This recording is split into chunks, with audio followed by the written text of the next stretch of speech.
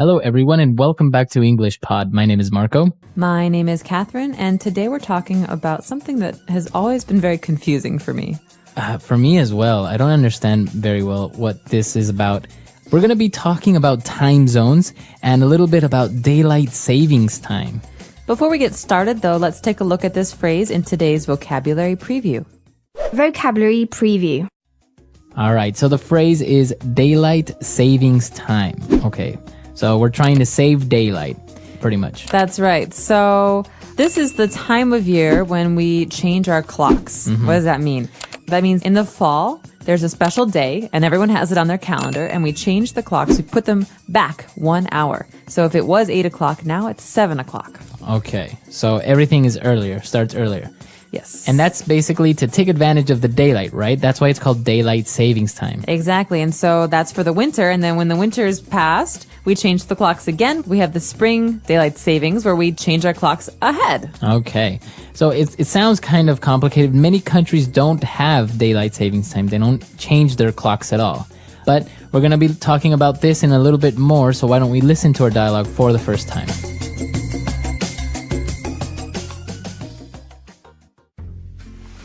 Did you set your clock forward for daylight savings time? What? Why do we have to do that? Well, at the start of the spring, we usually have more daylight in the mornings and less in the afternoon. This is basically due to our position on the planet and the rotation of the Earth. In any case, to take better advantage of the daylight available, we compensate by moving our clocks forward 1 hour. I see. That's convenient. I never understood things like this, such as GMT. I never know what time zone we are in or when to change my clock. That just stands for Greenwich Mean Time. Here in California, we're in Pacific Standard Time. That is 8 time zones west of Greenwich. Remember when we were in Beijing? Well, then we were in China Standard Time, and that's 8 time zones east of Greenwich. That's why it was so weird traveling from Beijing to LA, because of the huge time difference. Even though we left Beijing at noon and flew for more than 8 hours, we still arrived in LA the same day at noon. It's like we went back in time. All right, we're back. So that was a pretty clear explanation of why we do these things. But maybe there were a couple of words that you didn't understand. So let's take a look at those now in Language Takeaway. Language takeaway.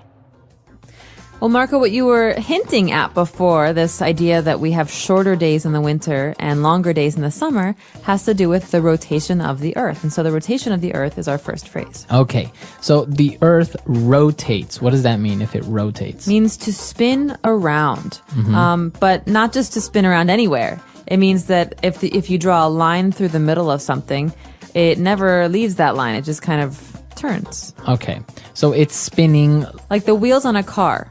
They rotate. That means they go around, but they are fixed To the car. to the car. Right. So this is one of the reasons why we need to compensate our clocks because of the rotation of the Earth. And that's our next word, to compensate. This is a verb, to compensate. And it's often used with money, but it can be used with time as well, time or sunlight. So with money, you'd say, I paid him $100, but I owed him $150, so I'm going to compensate him for the extra $50. Okay. Means I'm going to fix it. Okay, so to compensate would be the verb, and compensation would be the noun. Now, in this case, we're talking about time, so how can we compensate time? Well, that means that if we have lost an hour because we changed the clocks, we have to compensate. We have to try and gain that hour back. And so that's why in the spring, after the days start to get longer and longer, we have to compensate for that by changing the clocks again. Okay, so we're compensating time. Now, related to daylight savings and this whole time thing is time zones. We have time zones all over the Earth, and you've probably noticed this if you've traveled. You have to change your clocks, or many times you see in hotels what time it is in London, in Hong Kong, in Berlin, etc. And this makes a lot of sense because, like we said, the Earth is rotating. And so if it's daylight in Moscow and it's nighttime in New York, obviously it's not the same time. Right. So to compensate for this difference, we have different time zones. And each time zone is pretty much an hour or so, and half an hour different from the next one. Right. So most countries actually have different time zones throughout their country, unless they're small that they don't really need to compensate any change. Or, for example, China, just to unify everything. It's a big country, but they have one time zone. It's China Standard Time. Exactly. But in the United States, we have 4 time zones. Right. All right. So that's time zone. And now related to time zone is time difference. Okay, well, think about math here. Difference is a word that we use in math. And a time difference is the amount of time. That means how many hours there are between one time zone and another time zone. So, for example, Beijing and New York City. These are very, very far away from each other. If it's day in New York, it's night in Beijing. So that means if it's 7 in the morning in Beijing, it's probably around 7 at night in New York. So the time difference would be more or less 12 hours. Exactly. Wow. But when it's daylight savings time, it's 13. So be careful. Right. Okay. I think that's pretty clear. I think we should go back and listen to our dialogue again, and we'll be back soon with Fluency Builder. Did you set your clock forward for daylight savings time? What? Why do we have to do that? Well, at the start of the spring, we usually have more daylight in the mornings and less in the afternoon. This is basically due to our position on the planet and the rotation of the Earth. In any case, to take better advantage of the daylight available, we compensate by moving our clocks forward 1 hour. I see. That's convenient. I never understood things like this, such as GMT.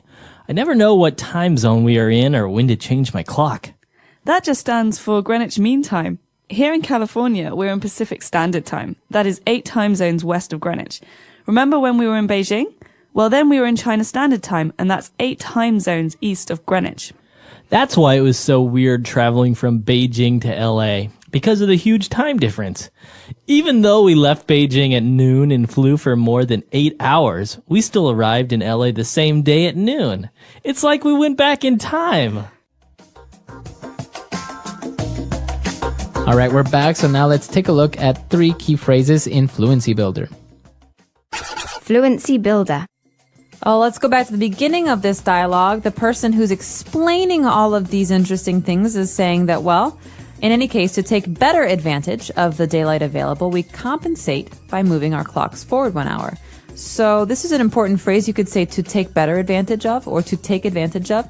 Let's talk about this. To All right. take advantage of something. So to take advantage of something is to use it efficiently, right? Or to take better advantage. So for example, if you drive to work every day and your neighbor drives to work every day and you work at the same place, you could take better advantage of your car and the cost by sharing the same car to work. Exactly. Or when people started to use computers, you could say, well, they were taking better advantage of their time by speeding things up, by making things faster with the computers. Right. Or many mothers say, take better advantage of your time and read something instead of playing those video games. Exactly. So it means, like you said, to be more efficient, to do useful or important things. That's right. And now when we talked about what daylight savings time means or GMT, what that stands for, this is an interesting phrase. It stands for. Well, think about it as a picture. So if something stands for something else, that means the original thing, it's not there anymore. And so in words and phrases like GMT, GMT doesn't mean anything by itself, but the G stands for something, the M it's an acronym. Okay. So this is an acronym that stands for, that represents 3 big long words. Okay. Greenwich Mean Time. Right. So we use this a lot when we are defining words or when we are defining an acronym. Like GMT stands for Greenwich Mean Time, or for example, USA stands for United States of America. Or we can even say someone's name stands for something. So, Marco, what does the M in your last name stand for? So you're Marco M. What does the M stand for? Right. And then I would say, well, it stands for Mejia. Your last name. Right. So you can use this when you see things that you don't understand, maybe an acronym or an abbreviation. Like, does Kathy stand for Catherine? Yes, Kathy stands for Catherine. It's a short version of Catherine. Cool. All right. And well, now talking a little bit more about time, you've maybe seen the movie Back to the Future, and this is what it's all about, to go back in time. To go back in time. So we went back in time. This is what the person says about the flight from Beijing to LA. What's interesting is that to go back in time is kind of a fixed phrase. We always say it like this. So we could say, if you went back in time, where would you go? What Right. time? What place? Right. So to go back in time, you usually use it like this. Now, what if I wanted to say to go into the future? Could you say go forward in time? You could go forward in time, or you could go into the future. Right, go into the future. So remember, if you want to talk about going back in time, is usually traveling to the past. Exactly. All right, so that's all the phrases we have. Why don't we listen to the dialogue for the very last time?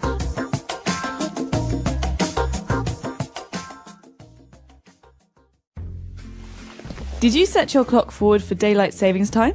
What? Why do we have to do that? Well, at the start of the spring, we usually have more daylight in the mornings and less in the afternoon. This is basically due to our position on the planet and the rotation of the Earth. In any case, to take better advantage of the daylight available, we compensate by moving our clocks forward 1 hour. I see. That's convenient. I never understood things like this, such as GMT.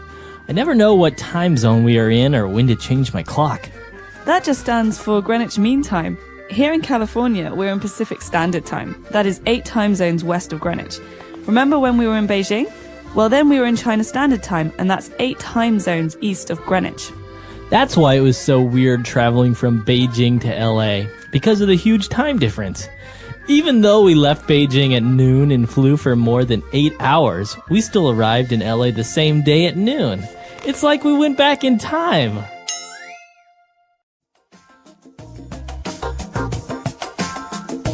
All right, we're back. And now this is actually something that really does happen, right? If you take off in an airplane from Beijing, you fly for a certain amount of hours and you reach California and it's still the same time. You reach it in the same day. It's very strange. The same thing happens to me when I go home. So I leave Shanghai and I arrive in Chicago and I arrive at the exact same time I left on the same day.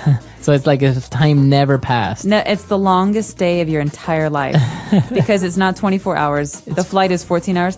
It's really 38 hours long, right? So it's really intense and exhausting. And then what happens is when you do the opposite, you go from Chicago to Shanghai, then you go into the future pretty much, right? Because you left on a Sunday, but you arrive on a Tuesday. Or in my case, yeah, you leave on a Sunday and you'd arrive on a Monday. Monday. And you lose half a day of your life. Right.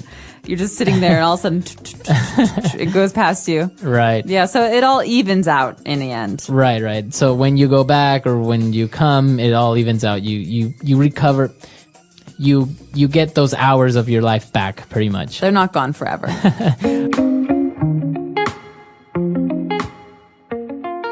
Hey Sophia, have you ever wished you could travel through time? Honestly, yes. Sometimes I wish I could go back in time and fix the moment I forgot to wake up early for my flight. Ha, I know that feeling. But you know what's funny? We actually do travel through time, just not the way people imagine in movies. Wait, what do you mean, James?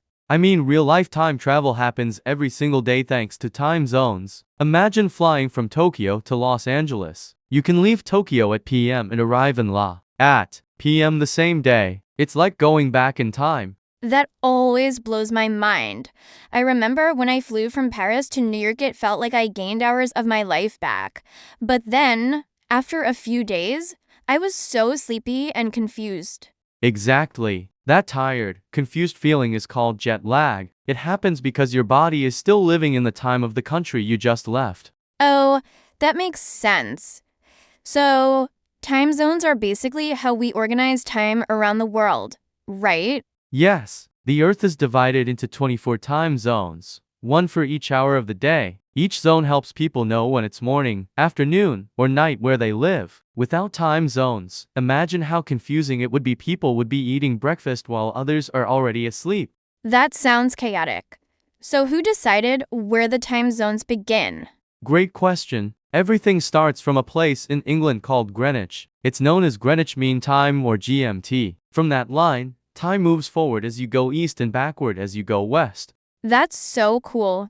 So when it's 12 noon in London, it could already be 9 in Tokyo. Exactly. Tokyo is 9 hours ahead of London. That means when people in London are eating lunch, people in Tokyo are getting ready for bed. Wow. No wonder people working online with other countries need to check the time first. It would be embarrassing to call someone at 3 a.m.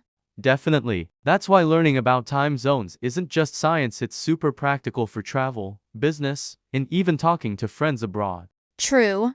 And the Earth's rotation is what makes all of this happen, right? Yes, because the Earth spins, different parts of the world get sunlight at different times. So while it's sunrise in one country, it's sunset somewhere else. That's fascinating. The planet keeps spinning, and people everywhere live in their own little slice of time. Exactly. And that's why understanding time zones helps us feel more connected to people all over the world. Isn't that amazing? It really is. Time is something we use every day, but we rarely stop to think how incredible it actually is. Absolutely. And wait until you hear how people change time on purpose to get more daylight. Sounds strange, right? You mean when they move the clock forward or backward? Oh, I've heard about that. But how does it really work? Let's dive into that next. It's something called daylight saving time, and it can be both clever and confusing at the same time. James, I still can't believe people actually change their clocks every year. Why do we do that? It sounds like we're trying to control the sun. Yeah, it does sound funny when you say it like that, but the idea behind daylight saving time is actually pretty smart. It's about using daylight more efficiently. So, people move their clocks just to get more sunlight?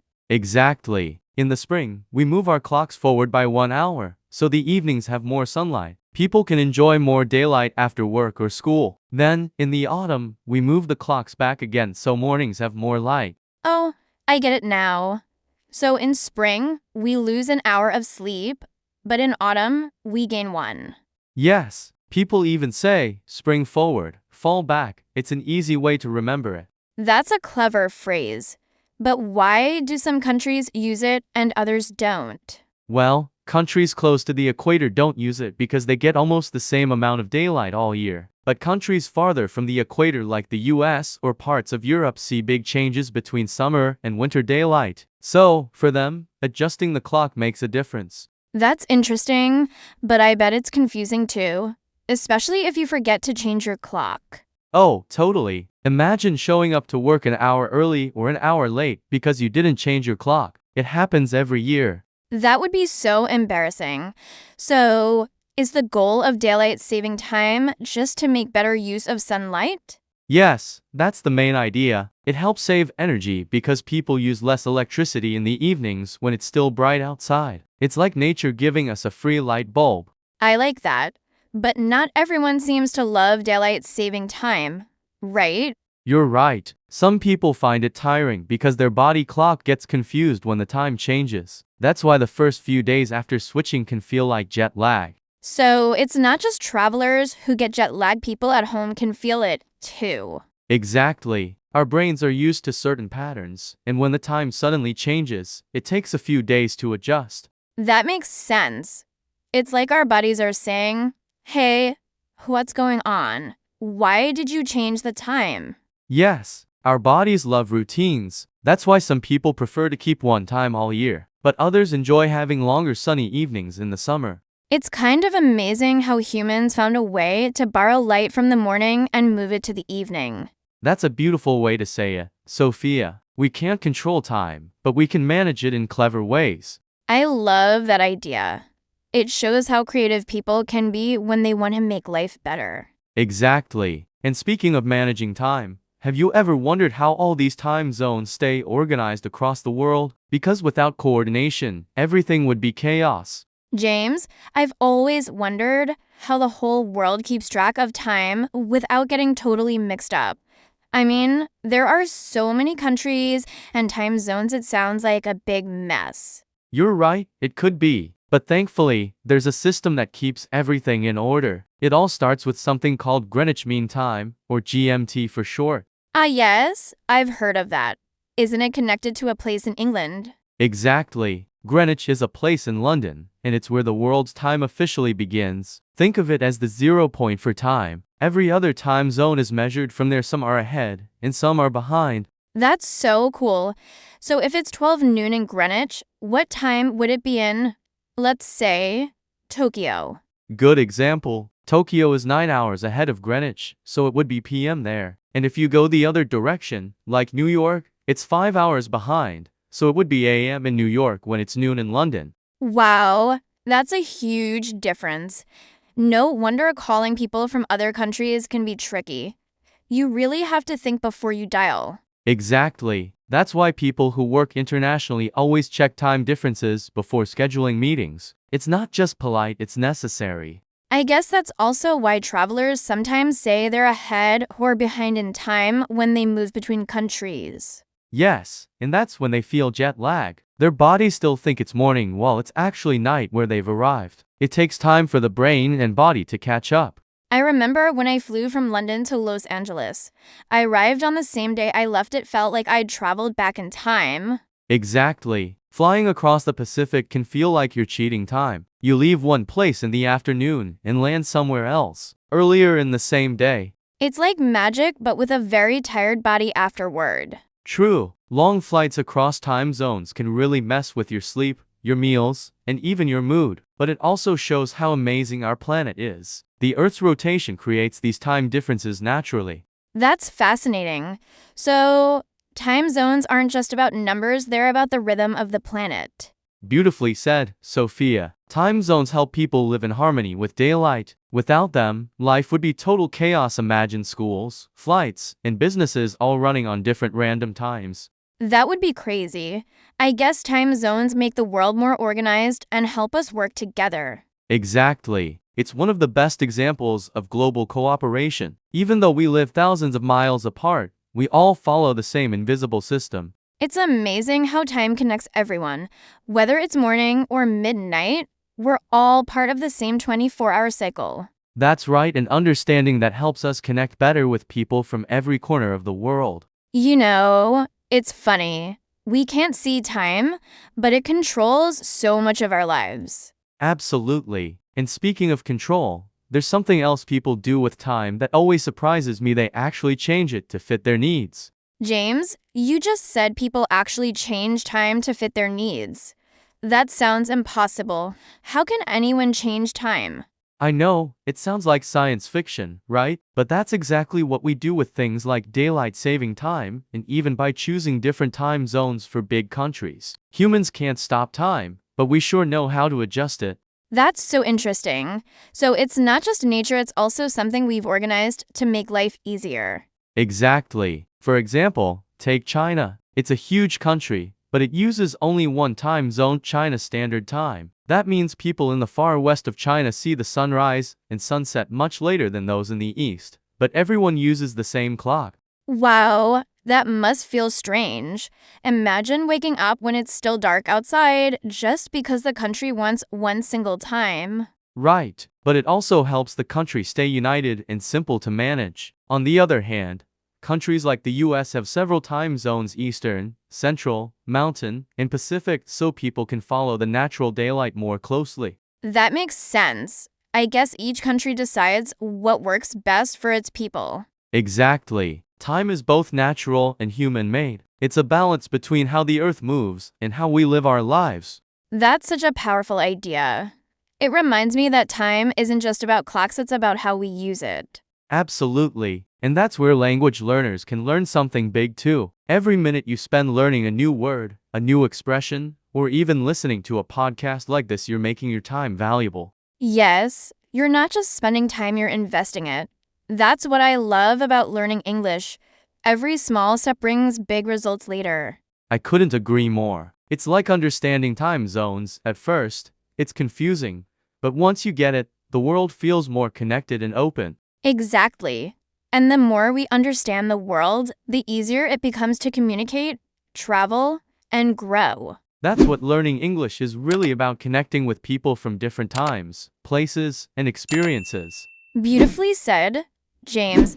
And for everyone listening, if you enjoyed today's topic and learned something new, don't forget to like, share, and subscribe to the channel. Your support helps us create more amazing lessons like this. Yes, keep learning, keep exploring, and remember, time waits for no one, so make every second count.